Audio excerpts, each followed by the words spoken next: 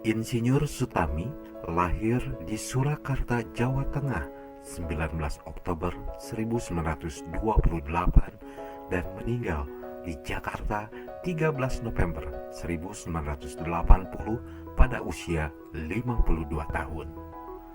Beliau adalah seorang insinyur sipil yang pernah menjabat menjadi Menteri Pekerjaan Umum Indonesia.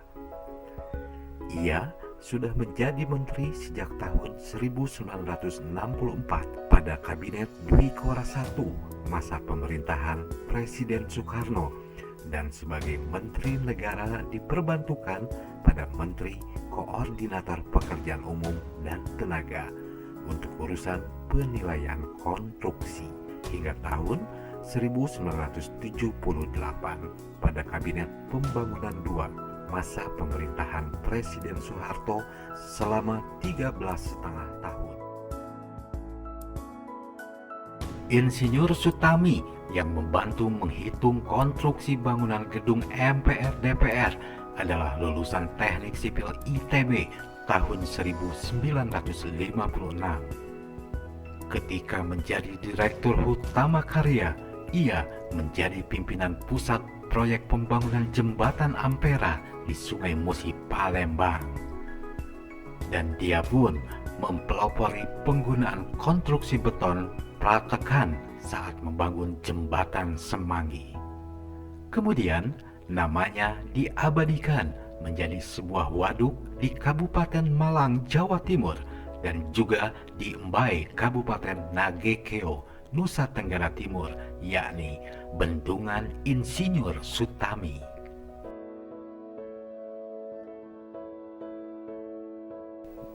Dan inilah hidup penuh kesederhanaan dari Menteri termiskin Indonesia, Insinyur Sutami.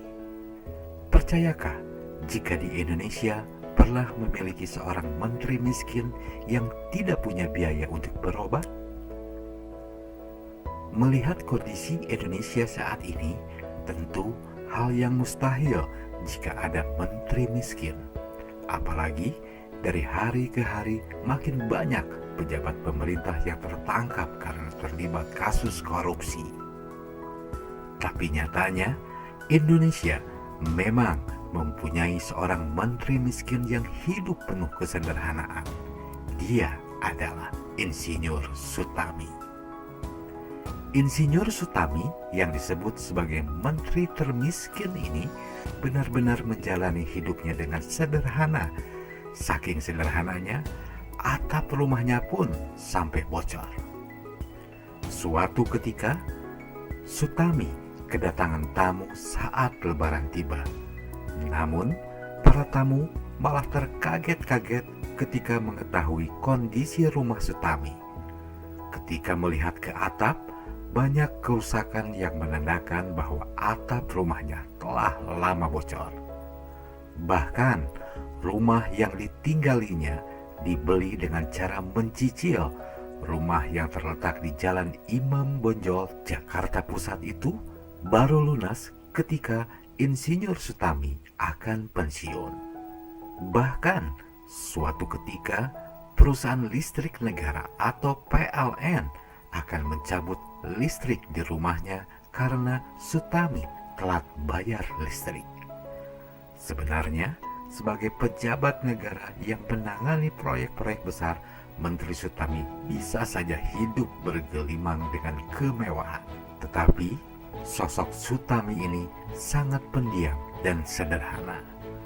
Saat pensiun pun, semua ia kembalikan, termasuk mobil dinasnya, dan seorang pengusaha pernah ingin memberinya mobil karena tahu mobil dinas Sutami akan dikembalikan.